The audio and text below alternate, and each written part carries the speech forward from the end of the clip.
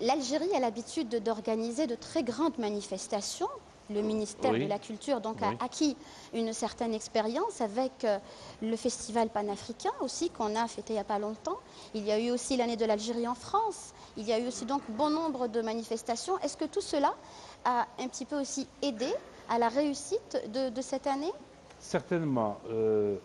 Certainement parce que, bon, disons que en 2003, pour l'année d'Algérie en France, le ministère de la Culture n'était pas impliqué.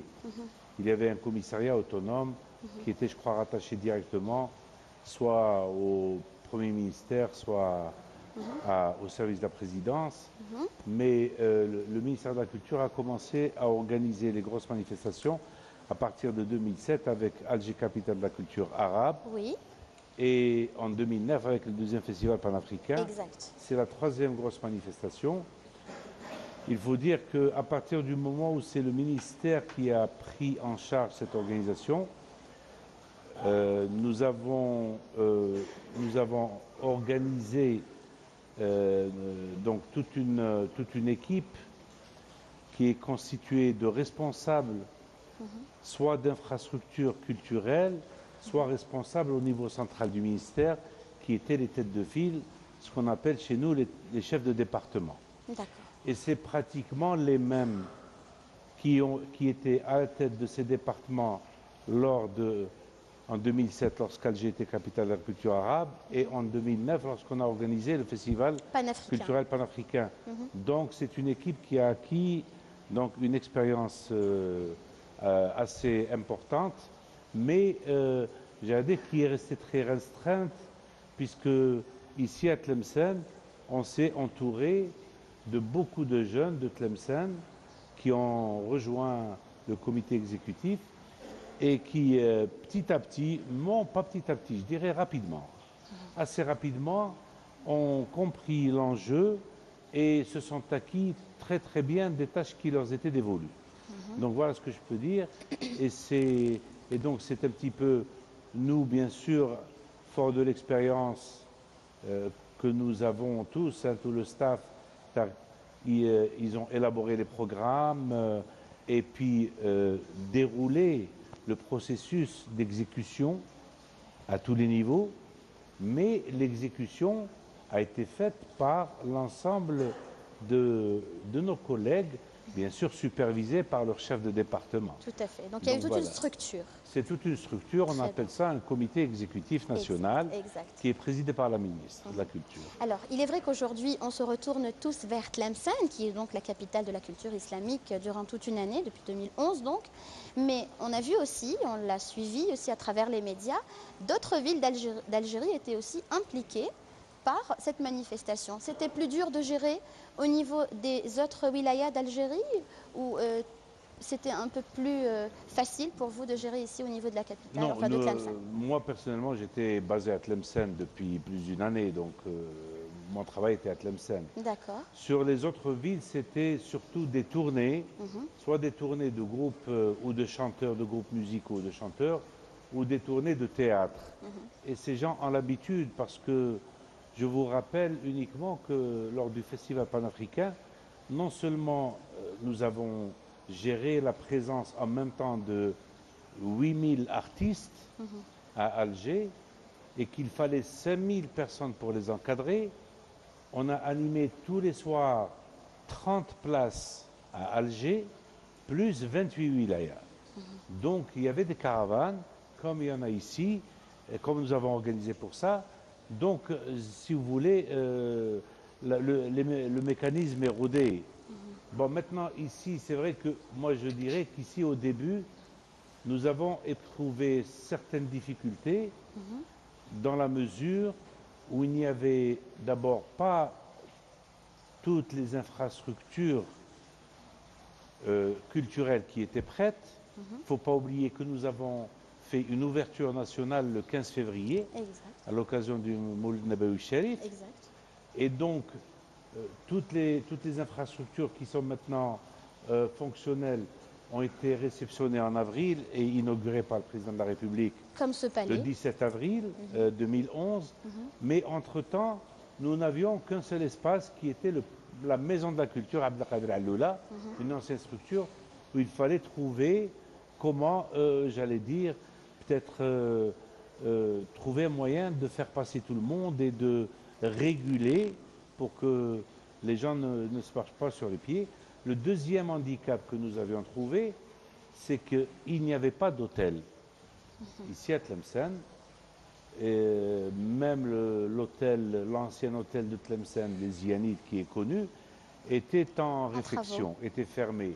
Il y avait juste un petit hôtel qu'on a ouvert en février qui fait 56 chambres et un autre petit hôtel qui fait 40 chambres.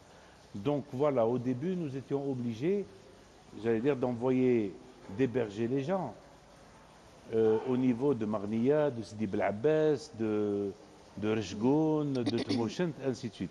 C'est vrai que les mois de février, mars et avril 2011, nous avions souffert de ce problème de manque d'infrastructures qui, en se réglant, nous a permis donc de développer l'activité au maximum. Mais aujourd'hui, alhamdoulilah, c'est des acquis pour la ville de Tlemcen. Certainement. Certainement, c'est des acquis pour la ville de Tlemcen. Et de l'Algérie. C'est des acquis pour l'Algérie et c'est des acquis pour le monde culturel. Exact, exact. Alors, bon nombre de pays aussi ont répondu présent à l'invitation de l'Algérie et du ministère donc, de la Culture. Oui. Quels sont les échos que vous avez donc de ces... Eh bien, moi, je peux vous dire que nous n'avons eu que des remerciements et que tous ceux qui sont partis d'ici étaient subjugués par la beauté de la ville, étaient ravis de l'accueil qui leur a été réservé et de la chaleur de la population de Tlemcen et donc émerveillés par ces infrastructures. Est-ce que vous pouvez nous donner le nombre de ces pays? Il y a eu 24 pays qui sont venus et il y a eu des pays qui ne sont pas membres de l'ICESCO, donc des pays hors ICESCO. Il y en a eu d'Asie, il y en a eu d'Europe, il y en a eu d'Amérique latine et d'Amérique du Nord. Très bien. Donc qui sont venus et qui ont présenté leur programme. Mais là, je peux dire aussi que Tlemcen a un public très connaisseur en matière culturelle et très fidèle. Donc pratiquement toutes les manifestations, il y avait un public qui répondait présent et qui, j'allais dire, il y avait une fusion avec l'ensemble des artistes qui sont passés. Très bien. Vous permettez, Monsieur Chiali, vous qui êtes donc architecte spécialiste en restauration du patrimoine, on parlait donc à l'instant des infrastructures qui n'étaient malheureusement pas tout à fait prêtes lors de, on va dire, du démarrage de cette manifestation. Mais, alhamdoulilah, c'est aujourd'hui des acquis pour la ville de Tlemcen et aussi pour l'Algérie, comme on l'avait signalé. Vous, en tant qu'architecte, où étaient, on va dire, les points forts et aussi les points faibles C'est-à-dire, selon votre point de vue? dans son ensemble, le patrimoine architectural qui représente quand même toute une histoire, une culture du Maghreb. Il y a toujours, on le dit, pratiquement une bonne partie de ce patrimoine historique qui est au niveau de Tlemcen. Il y a exactement 99 projets d'intervention sur ce patrimoine en tant que monument. Il y a les monuments majeurs en tant que... il y a le Meshwar, la grande mosquée, le Mansoura, le complexe de Boumdine et d'autres. Il y a aussi les monuments mineurs, comme on dit, les petites mosquées, les mausolées. Disons que pratiquement dans son ensemble, le patrimoine architectural qui représentait l'histoire et la culture de la ville de Tlemcen et aussi de notre pays et aussi du Maghreb. Parce qu'il ne faut pas oublier que ces monuments représentaient et représentent toute la période islamique culturelle du Maghreb depuis les Idrissides, c'est-à-dire le 8e siècle. Après, il y a les Almoravides, c'est-à-dire la grande mosquée, le Morabitine, il y a le Mouahidine. Pratiquement tous les monuments étaient pris en charge par le ministère de la Culture et il y a eu quand même 99 interventions sur ces monuments. Justement, la période la plus faste de l'histoire de Tlemcen se situe entre le XIIIe et le XVIe siècle, voilà. Bien sûr sous la dynastie des Zianides. J'imagine qu'à l'époque, l'architecture était aussi faramineuse et exemplaire, extraordinaire. Ça nécessitait une enveloppe importante. Il fallait donc respecter il s'en est passé du temps, hein, depuis le XIIIe et le XVIe siècle à 2011. Il fallait respecter l'architecture et il fallait en même temps avoir des moyens aussi colossaux. Exactement, c'est-à-dire, c'est vrai qu'après la période des Almoravides, des Almohades, Mouhidiyya, les Zianides, oui. et là où il y avait le royaume à Oui, Tlemcen. oui. Le royaume, ici, le Machouar, hein, Oui, la oui. citadelle de Machouar, Qalat Machouar, Oui. qui a été pris en charge. Et c'est là où on a travaillé sur un des joyaux, il faut le dire. Bon, il y a le joyau de Sidi Ben Hassan, Oui. hein, qui est actuellement musée au niveau de la ville. Il y a aussi le palais, hein, qu'on a pu, il faut dire que pratiquement une mémoire retrouvée. Voilà. Le palais royal. Le palais royal de Mchouar. Là, nous voyons quelques images ensemble. Est-ce que vous pouvez nous en parler déjà? Et là, pour ceux qui découvrent pour la première fois et aussi qu'on invite à visiter la ville de Tlemcen. Ouais. Tout à fait. Puis là, je peux me dire que c'est grâce à deux personnes. Il y a la ministre de la Culture et M. Sarray qui est là.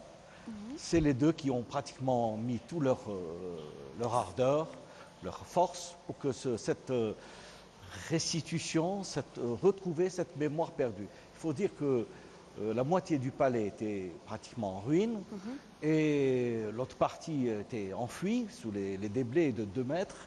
Les mosaïques, les stucs, tous les décors on les a retrouvés dans les fouilles archéologiques. Il fallait un savoir-faire. Et puis à partir de là, il fallait retrouver cette image perdue de ce joyau qui était là, qui a été délaissé, et puis on peut dire cassé par suivant la période coloniale. Donc c'est une mémoire retrouvée au niveau de l'art, de la culture et toute cette représentation architecturale, hein, qui est la période zianide dont vous parlez tout à l'heure, qui était le royaume était installé ici à Tlemcen. Était-ce un défi que vous avez réussi à relever? Plus qu'un défi, c'était, on peut dire, c'était un geste volontaire et surtout politique, il faut dire, hein, qui prouve qu'il y avait l'existence d'un État algérien avant les Ottomans.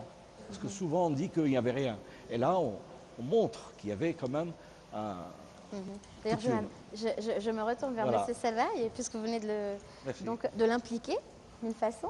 Alors, M. Sarray, vous, quelle est votre première vision, là, une année déjà, donc, s'est passé depuis? Avant de parler de vision, j'aimerais quand même exprimer un sentiment. Allez-y. Un sentiment très fort, c'est le sentiment de fierté d'avoir appartenu à une équipe qui a réalisé tant de belles choses ici à Tlemcen depuis. On a parlé d'une année, mais ça a été beaucoup plus d'une année parce que les projets, il fallait les préparer bien avant pour être prêts le 16 avril 2011. Le coordonnateur, M. Blidi, a parlé tout à l'heure de l'expérience de l'équipe qui a contribué à réaliser ce qui a été fait au niveau de Tlemcen. Il faut dire que ça a été un peu le credo et la politique du ministère de la Culture dans toutes ces manifestations. C'est-à-dire qu'il y a eu la manifestation artistique, mais le ministère de la Culture, à sa tête la ministre de la Culture, a voulu mettre l'empreinte avec des éléments physiques pour que ces éléments restent pérennes toute la vie, à savoir réaliser des infrastructures. Alors mon rôle en tant que chef département des infrastructures a été de réaliser. Parce que je suis architecte avant tout, mais j'étais chef département des infrastructures nouvelles. Et durant cette année des équipements, et durant cette année-là, près de 10 grands projets ont été réalisés au niveau de Tlemcen. Ça a permis de mettre à niveau le déficit culturel qu'avait cette ville et cette région. Il faut dire que ça a été des infrastructures, pas seulement pour Tlemcen, mais pour toute la région. Parmi ces 10 infrastructures, j'en citerai le Palais de la Culture, là où nous en sommes aujourd'hui, qui est un joyau architectural fait par un architecte algérien, réalisé par des entreprises algériennes. Nous avons réalisé le pavillon des expositions, qui est un édifice qui va permettre à la ville de Tlemcen et à toute la région de l'Ouest algérien de pouvoir accueillir des expositions nationales et universelles. Là aussi, ça a été réalisé par des architectes, des entreprises algériennes. Nous avons réalisé une bibliothèque régionale. Donc vous avez fait appel au savoir-faire algérien. Nous avons fait appel au savoir-faire algérien et nous sommes très fiers que le savoir-faire algérien, qu'on lui fait confiance, a pu répondre à cette confiance-là. Je disais que nous avons réalisé une très belle bibliothèque régionale. Imaginez-vous une ville comme Tlemcen qui n'avait pas de bibliothèque digne de ce nom. Nous avons surtout réhabilité et réalisé de grands musées. Le musée d'histoire de la ville de Tlemcen, ça a été un réaménagement d'un ancien bâtiment qui datait du 19e siècle, l'époque coloniale, qui était totalement délaissé, totalement bidonvillisé et qui était au centre de la ville de Tlemcen. Et le défi était de récupérer cet édifice-là, de le réaménager et d'en faire aujourd'hui un des plus beaux musées d'Algérie. Et je n'exagère pas dans cela. J'avais posé la question tout à l'heure à M. Chali, j'avais dit, était-il plus facile ou plus difficile de restaurer ou de construire? Non, il est toujours, moi je vous parle en tant qu'architecte des monuments, il est toujours plus difficile de restaurer. Parce que restaurer est un acte extrêmement délicat, c'est un acte qui va à l'encontre de l'histoire. Et c'est pour cela que le concept de l'authenticité prime sur toutes les interventions, toutes les actions de cet acte-là. C'est pour cela que réhabiliter un ancien édifice qui était à l'origine musée, qui était devenu mairie, qui retrouve son originalité en tant que musée de la ville de Tlemcen, a été, je pense, là aussi, une bonne réussite, fait aussi, et je suis très fier de le répéter, par des architectes et des artisans algériens. Nous avons, monsieur Chali parlait tout à l'heure, de la restitution, moi je dirais de la reconstitution du Palais Royal. Là, c'est un débat d'école qu'il y a entre nous. Ce projet est éminemment important parce qu'il a permis, à mon sens, la réappropriation de notre histoire. L'Algérie est un pays jeune, même si l'Algérie a une vieille histoire, mais la nation algérienne est une nation jeune. C'est-à-dire que sa jeunesse a besoin de percevoir physiquement son patrimoine. Et la reconstitution du Palais Royal a permis à l'Algérien de retrouver son authenticité et son histoire, et d'être fier de son histoire. Parce qu'aujourd'hui, les jeunes Algériens, et c'est des milliers qui vont à l'intérieur de cet édifice-là, c'est des milliers d'étudiants, d'élèves qui viennent de partout, qui vont au Mouchouar et disent, ça c'est nos ancêtres, ils sont très... Et ils sont très fiers. Ils sont très fiers. Et quand un peuple est fier, il est serein. C'est la réplique de l'Alhambra. C'est un peu la réplique de l'Alhambra parce que c'était l'échange entre la partie nord-africaine et la partie sud-européenne, où on sait, comme on sait, que ça a été 8 siècles d'échange et de partage. Et je terminerai par aussi parler du projet qui est très important, c'est l'extension de la médersa en musée archéologique. Tlemcen qui est un très très vaste bassin archéologique à travers le territoire algérien et à travers cette partie de l'Algérie n'avait pas de musée archéologique digne de ce nom-là.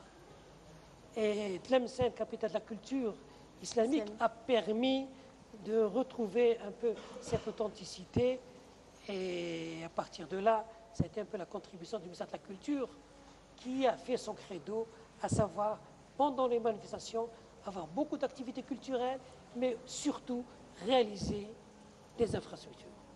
Voilà ce que je voudrais vous dire. Si vous permettez quelques précisions sur ce point.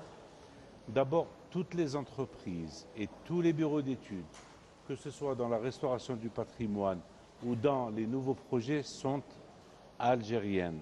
Il n'y a pas une entreprise étrangère, il n'y a pas un bureau d'études étranger. Donc, encore une fois, vous le dites, vous le certifiez à notre antenne Canal Algérie que c'est des entreprises algériennes. Voilà, tout est algérien. Deuxièmement, ce sont des infrastructures qui vont devenir des établissements officiels. Oui. Donc avec leur organigramme, leur statut, leur budget. Déjà que le dernier conseil du gouvernement je crois du 28 mars passé, a entériné la création de 4 institutions. D'abord le Palais de la Culture où nous sommes, le musée d'archéologie islamique, l'ancienne médersa et son extension en musée national d'archéologie islamique, le musée d'art et d'histoire de la ville de Tlemcen qui est au centre-ville, qui est l'ex-mairie, et les pavillons d'exposition qui ont à la sortie de Tlemcen vers Oran. Ça y est, leur création a été adoptée. On attend juste la sortie des décrets, la mise en place des statuts et des crédits pour pouvoir fonctionner. Et le reste est à l'étude. Il faut dire aussi que même ce n'est pas de... On suivra les jours à venir. Voilà. On le suivra voilà, sur nos tout à médias fait. Donc les ça, jours à c'est des venir. précisions pour un petit peu résumer tout ça. Très bien. On va continuer la discussion dans un petit moment et aussi voir le volet cinéma de cette manifestation. Mais avant cela, une petite pause musicale parce qu'aussi il y a la sauvegarde du patrimoine immatériel et la musique fait partie de ce patrimoine que on a tout fait, enfin que durant cette manifestation a joué un rôle important. Donc la musique andalouse. Et là, tout de suite, je vous invite à découvrir cet artiste inspiré par le regretté, le grand maître Cheikh Redouane Ben Sari. Il est ingénieur en électronique, âgé aujourd'hui de plus de 50 ans. Il représente dignement la Sana'a ce soir, car la Sana'a de Tlemcen, donc je vous invite à redécouvrir l'amour d'Urbab à travers Tahar al-Hassar.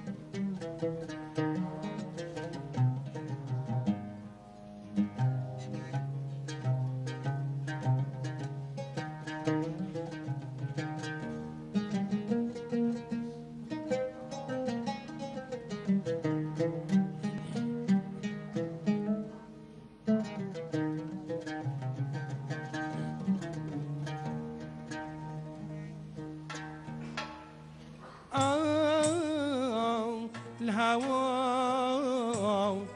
دلال أصول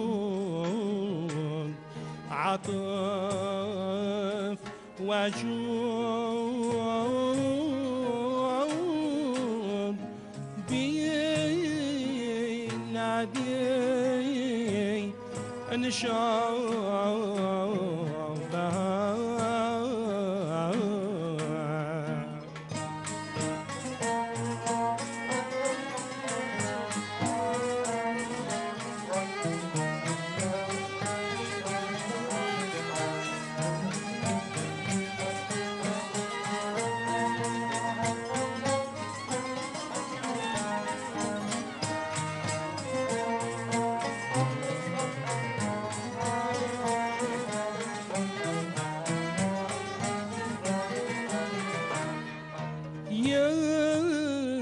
يكفيني عين هذا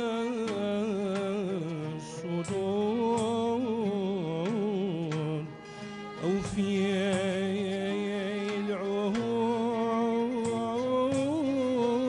العهود ما عاشق قلبي سواه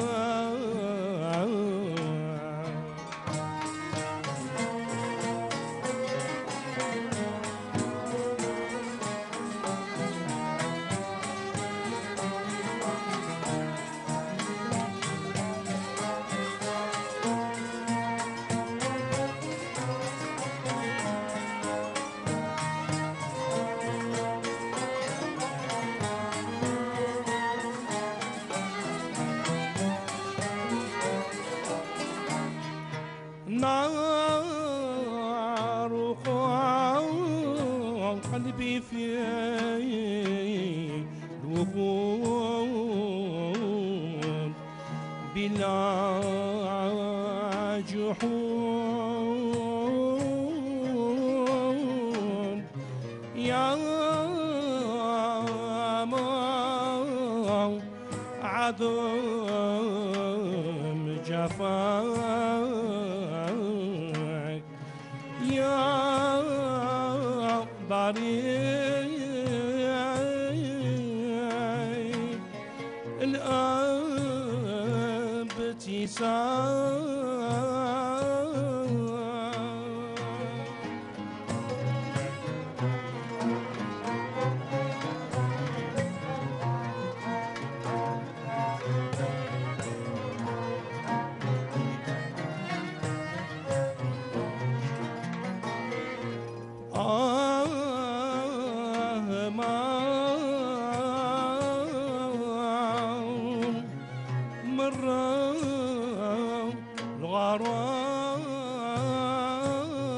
الغرام صوم حجومين بعد ديار شكو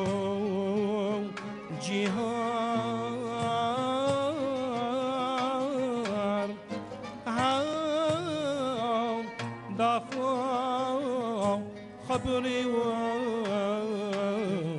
وسلام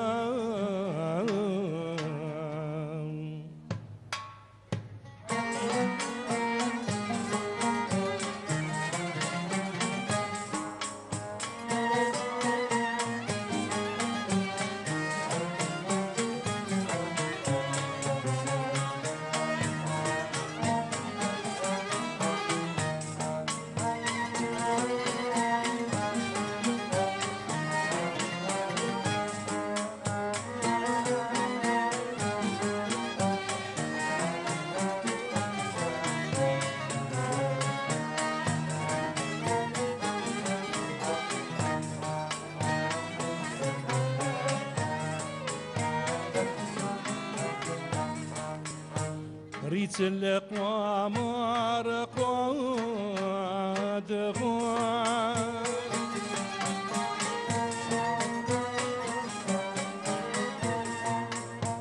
ريت القمر قد غاب وطن مغيب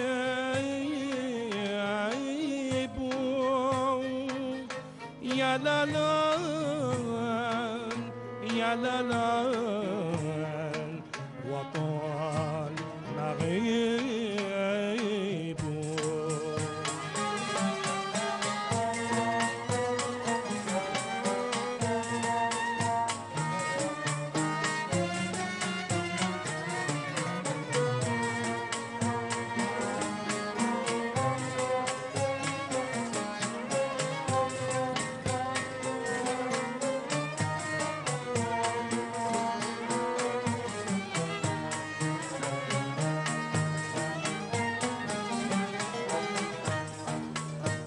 قل يبي في هوا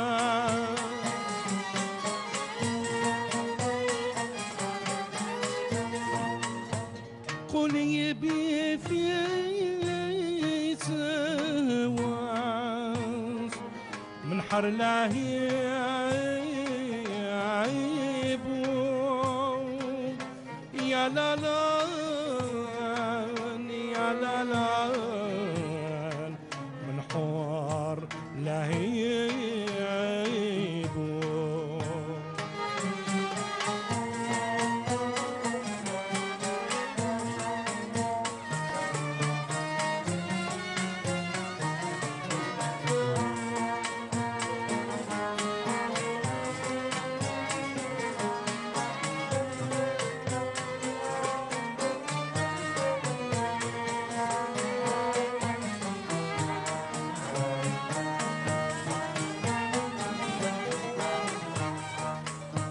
حمق يقولون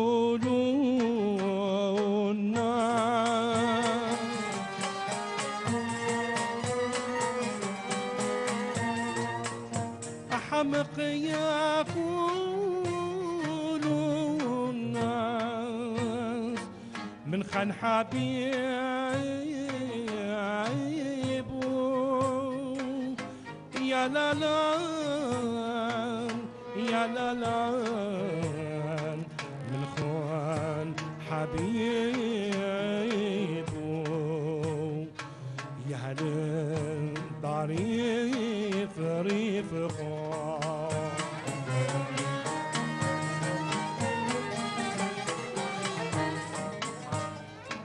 يا هل الوسيلة كيف نعمل يا ربي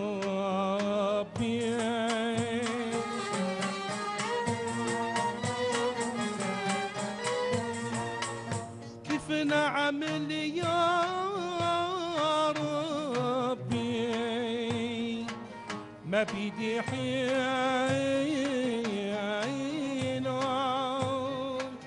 يا لا لا يا لا لا ما بيدي حيل